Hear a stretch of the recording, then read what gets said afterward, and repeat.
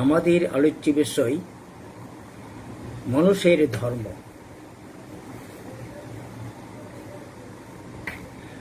মানুষ স্রষ্টার শ্রেষ্ঠ জীব।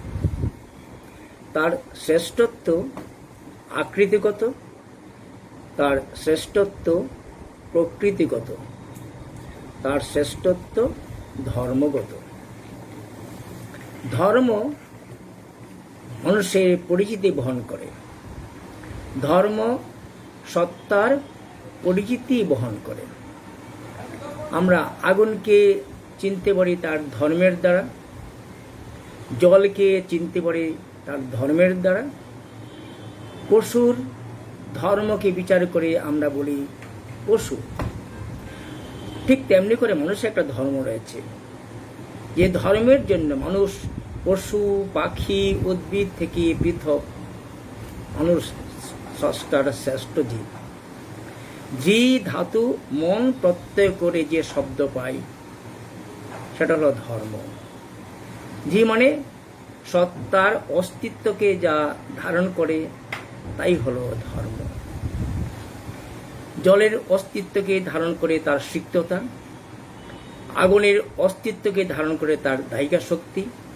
ঠিক তেমনি করে পৃথিবীর যত বস্তু, যত প্রাণী, জৈব অজৈব যত সত্তা রয়েছে তাদের পরিচিতি বহন করে ধর্ম। মানুষের একটা ধর্ম রয়েছে, আর পৃথিবীর সর্বমানুষের ধর্ম এক। ধর্ম মানুষের জীবনের প্রথম কথা, ধর্ম মানুষের জীবনের মধ্যকার কথা, ধর্ম মানুষের জীবনের শেষ কথা। ধর্ম মানুষের পরিচিতি বহন করে। এই যে মানুষের ধর্ম, সব মানুষের একই ধর্ম। পশ্চিমবঙ্গের মানুষ, ভারতবর্ষের মানুষ, ভারতবর্ষের বাইরের মানুষ, আফ্রিকার মানুষ, আমেরিকার মানুষ, সব মানুষের একটা ধর্ম রয়েছে। সেই ধর্মটা হলো কি? সুখ। মানুষ সুখ পেতে চাই। শুকনো রক্তেই পরমা জৈবী বৃত্তি। শুকনো রক্তেই পরমা জৈবী বৃত্তি। মানুষ সুখ চাই, আর সুখের জন্য মানুষ বেঁচে থাকে। আর সেই সুখটা চাই অনন্ত পরিমাণে। তাই বলা হয় সুখম অনন্তম আনন্দম। অনন্ত সুখকেই বলা হয় আনন্দ। আর এই যে অনন্ত, অনন্ত দুটি নয়, অনন্ত একটি। অনন্ত হলো একটি। তাই এই যে আমরা জেনে না জেনে সবাই সুখেরই পিছনে ছুটছি, বর্তমান এই পশ্চিমবঙ্গের যে অবস্থা, ভারতবর্ষের যে অবস্থা, পৃথিবীর যে অবস্থা, সেখানে সাধারণ মানুষ একটু আশ্রয় চাই, একটু খাবারের ব্যবস্থা চাই। খাবারের ব্যবস্থা যখন হয়ে গেল, আশ্রয়ের ব্যবস্থা যখন হয়ে গেল, তখন মানুষ চাই খাবারটা যেন প্রতিদিন পাই, আশ্রয়টা যেন প্রতিদিন পাই। এমনি করে মানুষ চাই অনন্ত সুখ। আর অনন্ত সুখ এই পৃথিবীর তো শান্ত, সীমিত। তাই এই যে সীমিত পৃথিবীর মধ্যে অনন্ত সুখ সম্ভব নয়, যদি মানুষের রয়েছে অনন্ত সুখ পাওয়ার ইচ্ছা। আর এই অনন্ত সুখ তখনই মানুষ লাভ করবে যখন অনন্তকে পাবে। তাই বলা হয় সুখম অনন্তম আনন্দম আনন্দং ব্রহ্ম ইত্যাহ। আনন্দ হলো ব্রহ্ম। ব্রহ্মই অনন্ত, ব্রহ্মই আনন্দ স্বরূপ।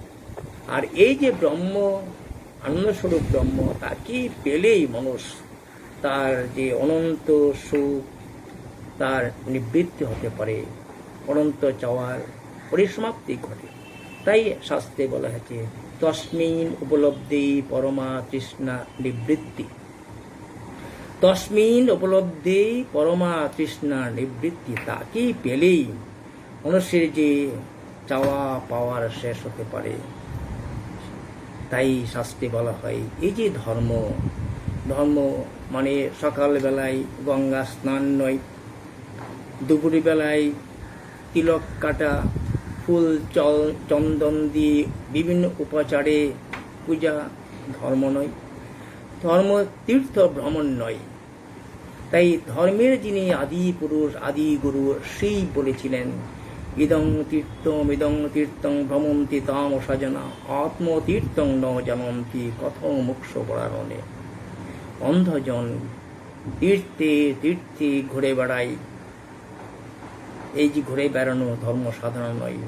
ফুল বেলপাতা উপাচারে এই যে ধর্ম সাধনা, ওটাও ধর্ম নয়। ধর্ম হলো বৃহৎ আসনা প্রণিধানঞ্চ ধর্ম, বৃহৎ আসনা প্রণিধানঞ্চ ধর্ম। সকল প্রকার হীনতা, দীনতা, তুচ্ছতা, সংকীর্ণতা, সাম্প্রদায়িকতার বন্ধন থেকে মুক্ত হয়ে মানুষ যখন অনন্তের দিকে ছুটে চলে, অনন্তকে পাওয়ার যে ইচ্ছা, সেটাই হলো মানুষের ধর্ম। আর তাকে পাওয়ার জন্য যে সাধনা, প্রয়াস, তারই নাম ধর্ম সাধনা। অনন্তকে পাওয়ার যে প্রয়াস, তারই নাম ধর্ম সাধনা। এই ধর্ম সাধনা করবার জন্য বনে জঙ্গলে গিরি কন্দরে যাবার কোনো প্রয়োজন নেই। ঘরে বসে গৃহী মানুষ তার সামাজিক পারিবারিক সমস্ত কর্তব্য সম্পাদন করে এই ধর্ম সাধনা করতে পারে। সন্ন্যাসী সমাজের সমস্ত প্রকার কল্যাণ ব্রত পালন করে সংসারে থেকেই সন্ন্যাসীও এই ধর্মে অনুশীলন করতে পারে। যারা এই জগৎকে মিথ্যা মনে করে পাহাড়ে পর্বতে গিরি কন্দরে গমন করে, তাদের সাধনা জাগতিক স্মৃতির আধারে দীর্ণ বিদীর্ণ হয়ে যায়। তারই সাধনা সার্থক, যার হৃদয় মানুষের দুঃখে কষ্টে বেদনার্ত হয়ে ওঠে। এ ধর্ম সমাজকে বাদ দিয়ে নয়, ধর্ম মানুষের দুঃখ কষ্টকে বাদ দিয়ে ধর্ম সাধনা নয়। সবার মাঝে থেকেই ধর্ম সাধনা করতে হবে। আর এই ধর্ম সাধনা করার জন্য প্রথম যা প্রয়োজন, সেটা মনের শুদ্ধ ভাব। মনকে শুদ্ধ করতে হবে, মনকে পবিত্র করতে হবে। বহির্মুখী মনটাকে অন্তর্মুখী করতে হবে, অন্তর্মুখী মনটাকে একমুখী করতে হবে। আর একমুখী মনের দ্বারা অনন্তের সাধনা, এই ধর্ম সাধনা। এই ধর্ম সাধনা আজ থেকে ৭,০০০ বছর পূর্বে পৃথিবীর মানুষ এই ধর্ম সাধনা যার কাছ থেকে শিখেছিলেন, যিনি শিখিয়েছিলেন, তিনি হলেন শিব। শিব বলেছিলেন, ধর্ম রক্ষতি রক্ষিত। ধর্ম তোমাদেরকে স্থূলভাবে, সূক্ষ্মভাবে, কারণভাবে, সামগ্রিকভাবে রক্ষা করবে। ধর্ম যখন স্থূলভাবে রক্ষা করে, মানুষ ইন্দ্রিয়ের দ্বারা বুঝতে পারে ধর্ম তাকে রক্ষা করল। যখন সূক্ষ্মভাবে রক্ষা করে, তখন মননের দ্বারা বুঝতে পারে যে ধর্ম তাকে রক্ষা করেছে। আর যখন কারণভাবে রক্ষা করে, তখন ইন্দ্রিয়ের দ্বারা, মননের দ্বারা তা সে মানুষ বুঝতে পারে না। মানুষ অন্তর থেকে উপলব্ধি করে ধর্মই তাকে রক্ষা করেছে। তাই শিবের উপদেশ, তোমরা সবাই ধর্ম সাধনা করবে, ধর্ম অনুশীলন করবে। আর এই ধর্ম অনুশীলনের জন্য শিব আজ থেকে ৭,০০০ বছর পূর্বে মানুষের সার্বিক কল্যাণের কথা ভেবে যোগ সাধনা প্রবর্তন করেছিলেন। অষ্টাঙ্গ যোগ, যম, নিয়ম, আসন, প্রাণায়াম, প্রত্যাহার, ধারণা, ধ্যান, সমাধি, এই অষ্টাঙ্গ, এই ধর্ম, এই সাধনা অভ্যাস করে একটা সাধারণ মানুষ, অসাধারণ মানুষ, ঋষি, মহর্ষি, পরিশেষে দেবত্ব স্তরে তাদের উত্তরণ ঘটতে পারে। একজন সাধারণ মানুষ অসাধারণ হতে পারে। তার প্রজ্ঞা, বুদ্ধি, বোধি, সম্পদে মানুষ সমৃদ্ধশালী হতে পারে। তার নিজের জীবনকে সমৃদ্ধ করতে পারে, সংসারকে সমৃদ্ধ করতে পারে। তাই এই যে যোগ সাধনা শিব শিখিয়েছিলেন, এই যোগ সাধনার দ্বারাই মানুষ সর্বাঙ্গীন কল্যাণ করতে পারে। তাই শিবের উপদেশ, তোমরা ধর্ম সাধনা করবে। শিবের পরে আরেক বিরাট পুরুষ পৃথিবীতে আবির্ভূত হয়েছিলেন, শ্রীকৃষ্ণ। তিনি বলেছিলেন, যত ধর্ম তত জয়। যেখানে ধর্ম সেখানেই জয়। তিনি শুধু এই কথাটা বলেই ক্ষান্ত হননি, তিনি তার এই জীবন দিয়ে ধর্মকে প্রতিষ্ঠিত করেছিলেন। ধর্মের জয়, অধর্মের পরাজয়। কুরুক্ষেত্রের যুদ্ধে অর্জুনকে উপদেশ দিয়েছিলেন। অর্জুনের উপদেশ মানে সমস্ত মানবকুলের উদ্দেশ্যে তার বাণী, তার নির্দেশ, তার আশীর্বাদ, তার আদেশ, পরামর্শ। স্বধর্মী নিধনং শ্রেয় পরধর্ম ভয়াবহ। স্বধর্ম মানে মানব ধর্ম, মানুষের ধর্ম, মানবীয় ধর্ম। এই ধর্মকে অনুশীলন করতে হবে, কোনো ভয়ের দ্বারা তাড়িত না হয়ে, কোনো প্ররোচনায় পরিচিত না হয়ে, কোনো লোভের দ্বারা পরিচিত না হয়ে মানুষ এই ধর্ম সাধনা করবে। এই ধর্মের নাম দিয়েছিলেন শ্রীকৃষ্ণ ভাগবত ধর্ম। যে ধর্ম মানুষকে ভগবানের দিকে, অনন্তের দিকে নিয়ে যাবে, ভাগবত ধর্ম। চতুষ্পাদ ধর্ম, বিস্তার রস সেবা তদস্তিতি। এই ধর্মের প্রথম অঙ্গ, প্রথম পর্ব হল বিস্তার। মনের কোনো সংকীর্ণতা থাকবে না, সমস্ত সংকীর্ণতা থেকে মুক্ত হবে। বিস্তার সর্বভূতেষ্য বিষ্ণুরি বিশ্বমিদং জগৎ দ্রষ্টিব্যং আত্মবোধ তস্মাৎ অভেদন চক্ষতে। তার প্রেম শুধু মানুষের মধ্যে নয়, শুধু একটা জাতির মধ্যে না, সম্প্রদায়ের মধ্যে সীমাবদ্ধ থাকবে না, একটা রাষ্ট্রের, একটা রাজ্যের পরিকাঠামোর মধ্যেই শুধু সীমাবদ্ধ থাকবে না। তার প্রেম অপরিত, তার প্রেম সর্বত্রগামী। মানুষ, পশু, পাখি, উদ্ভিদ সবার মধ্যে তার প্রেম অপরিত। মানুষে মানুষে ভেদ সেই ধার্মিক মানুষ স্বীকার করে না। সেই যে মানুষে মানুষে ভেদ, সেটা আপাত। Apparently we are many, fundamentally we are one. দৃশ্যত আমরা বহু, তত্ত্বত আমরা এক। আমরা এক থেকে এসেছি, আমরা সবাই এক থেকে এসেছি। এক হলে সেই সুপ্রিম কনসাসনেস, সুপ্রিম নিউক্লিয়াস, যাকে সংস্কৃত আমরা ভাষায় বলতে পারি ঈশ্বর, বলতে পারি ব্রহ্ম, ইংরেজি ভাষায় তাকে যাকে বলতে পারি গড, আর তাকে আরবি উর্দু ভাষায় বলতে পারি আল্লাহ, খোদা। যাকে আল্লাহ, খোদা, গড বলছি, তিনি ঈশ্বর, তিনি ব্রহ্ম। ব্রহ্ম থেকেই আমরা সবাই এসেছি। ব্রহ্ম আনন্দ স্বরূপ। আনন্দাদ্দৈব খল্লিমানি ভূতানি জানতে আনন্দেন জাতানি জীবন্তি আনন্দং প্রন্তভি সংবিশন্তি আনন্দং ব্রহ্ম। আনন্দেই ব্রহ্ম, আনন্দই অনন্তই, অনন্তম সুখম অনন্তম আনন্দম ব্রহ্ম। অনন্ত সুখের নামই আনন্দ। আনন্দই অনন্ত, অনন্তই আনন্দ। আনন্দ থেকে আমরা সবাই, যাকে বলছি আমরা হিন্দু, যাকে বলছি মুসলমান, যাকে বলছি খ্রিস্টান, যাকে বলছি ব্রাহ্মণ, যাকে বলছি অব্রাহ্মণ, সবাই, শুধু মানুষ নয়, মানুষ, পশু, পাখি, উদ্ভিদ সবাই আমরা এক থেকে এসেছি আর বহু হয়েছি। আবার বহু থেকে একের পথে যেতে হবে। এই যে বহু থেকে একের পথের যে যাত্রা, সেটা হলো ধর্ম সাধনা। বহুত্বের মধ্যে আবার একের দিকে যাওয়া, এই যাওয়াটা হলো মানুষের সাধনা। আনন্দমূর্তিজি, বর্তমানকালে আনন্দমূর্তিজি বলছেন, তার ধর্মশাস্ত্রে বলছেন, যত ধর্ম তত ইষ্ট, যত ইষ্ট তত ধর্ম। ধর্ম তিনি বলেছেন যে যত ধর্ম তত ইষ্ট, যত ইষ্ট তত জয়।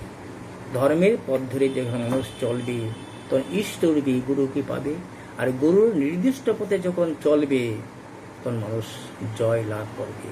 এই ধর্ম সাধনার জন্য আনন্দমূর্তিজিও এই যোগ সাধনাকে 4টি স্তরে বিভাজিত করেছেন। প্রারম্ভিক যোগ, সাধারণ যোগ, সহজ যোগ, বিশেষ যোগ। এই চতুর্প্রকার যে যোগ সাধনা তিনি সমাজে প্রবর্তন করেছেন মানুষের কল্যাণের কথা ভেবে। এই যোগ সাধনা ছোট্ট একটি ছেলে, ছোট্ট একটি মেয়ে, গৃহবধূ, গৃহমাতা, গৃহপিতা, যে অফিসে কাজ করছেন, যে স্কুলে পড়াচ্ছেন, যে বিশ্ববিদ্যালয়ে পড়াচ্ছেন, যারা পড়াশোনা করছেন, সবাই এই যোগ সাধনা করতে পারে। এই যোগ সাধনার দ্বারা তার শারীরিক কল্যাণ, মানসিক কল্যাণ, আধ্যাত্মিক কল্যাণ সুনিশ্চিত হতে পারে। আর এই যোগ সাধনা করার জন্য কিছু নিয়ম কানুনের প্রয়োজন রয়েছে। যদিও এই যোগ সাধনা খুবই প্রাচীন, শিব এই যোগ সাধনা পৃথিবীতে প্রবর্তন করেছিলেন। কৃষ্ণ এই যোগ সাধনাকে আরো বেশি সমৃদ্ধ করেছিলেন। কৃষ্ণের প্রবর্তিত যোগ সাধনা করেই পঞ্চ পাণ্ডবরা হয়েছিলেন দুর্ধর্ষ। তারা ধর্মের পথ ধরে চলেছিলেন। ধর্মের পথ ধরে চলে কৃষ্ণের আশীর্বাদে তারা হলেন দুর্ধর্ষ। আমরা দেখতে পাই একদিকে পঞ্চ পাণ্ডব, অন্যদিকে 100 কৌরব, আর সেখানে রয়েছেন কৌরবদের পক্ষে রয়েছে সমস্ত রথী, মহারথী, সেখানে রয়েছেন পিতামহ ভীষ্ম, মহাপরাক্রমশালী কর্ণ, কুরু পাণ্ডবদের আচার্য দ্রোণাচার্য, কুলগুরু কৃপাচার্য, সমস্ত রথী মহারথীরা সেখানে কৌরবদের পক্ষে, আর পাণ্ডবদের পক্ষে পঞ্চপাণ্ডব সাথে কয়েকজন। পঞ্চ পাণ্ডবদেরই জয় হল। কেন? যত ধর্ম তত জয়, যেখানে ধর্ম সেখানেই জয়। তাই আনন্দমূর্তিজি বলেছেন, ধর্ম তোমাদের জীবনের প্রথম কথা, ধর্ম জীবনের মধ্যকার কথা, ধর্ম জীবনের শেষ কথা। আর এই ধর্ম আচরণা ধর্ম, ধর্ম পুঁথিতে নেই, প্রবচনের মধ্যে এই ধর্ম নিহিত নেই। ধর্ম আচরণ, আচরণা ধর্ম। কি আচরণ? সেখানে আমাদের শাস্ত্র বলছি, সেখানে আমাদের শাস্ত্র স্পষ্ট করে বলেছেন, রীতি, ক্ষমা, দম, অস্তেয়, শৌচম, ইন্দ্রিয় নিগ্রহ, ধীরি, বিদ্যা, সত্যম, অক্রোধম, দশকম ধর্ম লক্ষণ। ধার্মিক মানুষের লক্ষণটা কি? ধীতি, ধৈর্যশীল, কোনো ব্যাপারে ধৈর্য হারা হবে না। ধীতি, ক্ষমা, ক্ষমা করে দেবে, যত অন্যায় অবিচার হোক ক্ষমা করবে।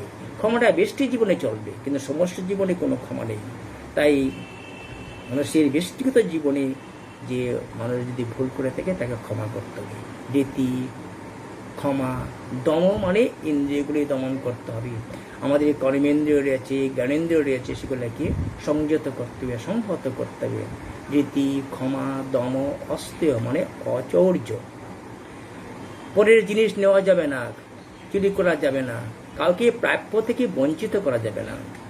পরদ্রব্য অপহরণের ইচ্ছা ত্যাগ হলো এই যে অস্তেয়, মানে কারো জিনিস চুরি করা যাবে না, কাউকে চুরি করার ইচ্ছা মনেও পোষণ করা যাবে না, কাউকে বঞ্চনা করা যাবে না, বঞ্চনা করার ইচ্ছা মন থেকে পরিত্যাগ করতে হবে। রীতি, ক্ষমা, দম, অস্তেয়, শৌচ। শৌচ দুই প্রকারের, ইন্টারনাল ক্লিনসিং আভ্যন্তরীণ শৌচ আর বাহ্যিক শৌচ। স্নান ইত্যাদির দ্বারা শরীরটাকে পবিত্র রাখতে হবে আর মনটাকে পবিত্র করতে হবে যম নিয়মের দ্বারা। যম নিয়ম, পঞ্চ যম, পঞ্চ নিয়ম, অহিংসা, সত্য, অস্তেয়, অপরিগ্রহ, ব্রহ্মচর্য, শৌচ, সন্তোষ, তপ, শ্রদ্ধা, ঈশ্বর পরিধান। এই যে পঞ্চ যম, পঞ্চ নিয়মের অনুশীলনের মধ্য দিয়ে আমাদের মনকে পবিত্র করতে হবে, মনকে শুচি শুভ্র করতে হবে। রীতি, ক্ষমা, দম, অস্তেয়, শৌচম, ইন্দ্রিয় নিগ্রহ। তারপরে যে ধী, বুদ্ধি, বুদ্ধি সম্পন্ন হতে হবে। এই যে সূক্ষ্ম অধ্যাত্মিক বিজ্ঞান, এই জ্ঞান অর্জন করার জন্য তাকে বুদ্ধিমান হতে হবে, ধী সম্পন্ন হতে হবে। বিদ্যা, বিদ্যা দুই প্রকারের, পরাবিদ্যা, অপরাবিদ্যা। শুধু অপরাবিদ্যার চর্চা নয়, জাগতিক কল্যাণের জন্য যে বিদ্যা তাকে বলা হচ্ছে অপরাবিদ্যা, আর ঈশ্বরকে জানবার জন্য যে বিদ্যা তাকে হচ্ছে পরাবিদ্যা। তাই যিনি ধার্মিক তাকে পরাবিদ্যার চর্চা করতে হবে জাগতিক কল্যাণের জন্য, আর বেশি করে অনুসরণ করতে হবে পরাবিদ্যা, ঈশ্বরকে পাওয়ার জন্য, ধর্ম অনুশীলন করার জন্য। ধীরি বিদ্যা, সত্যম, সত্য, সত্য পথে চলতে হবে, সত্য কথা বলতে হবে। সত্যহি পরম নিধানম, সবার নিধান হলো সত্য। অক্রোধ, অক্রোধ হলো মনের স্থিতাবস্থা, কোনো প্রকারে মনের যে শান্ত অবস্থাকে বিঘ্ন করতে নেই। আচরণার ধর্ম, এই যে আচরণার ধর্ম, ধর্ম মানুষের শ্রেষ্ঠ সম্পদ। এই সম্পদকে রক্ষা করতে হবে, এই সম্পদকে বাড়িয়ে তুলতে হবে। নমস্কার। আজকের এই প্রথম পর্বে আলোচনা এখানে সমাপ্ত হলো। দ্বিতীয় পর্বে আলোচনা আমরা আবার নেক্সট দিনে আমরা শুনব। মঙ্গলময় ঈশ্বর আমাদের মঙ্গল বিধান করুন। ধর্ম রক্ষতি রক্ষিত, ধর্ম আমাদেরকে স্থূলভাবে, সূক্ষ্মভাবে, কারণভাবে, সামগ্রিকভাবে রক্ষা করুন।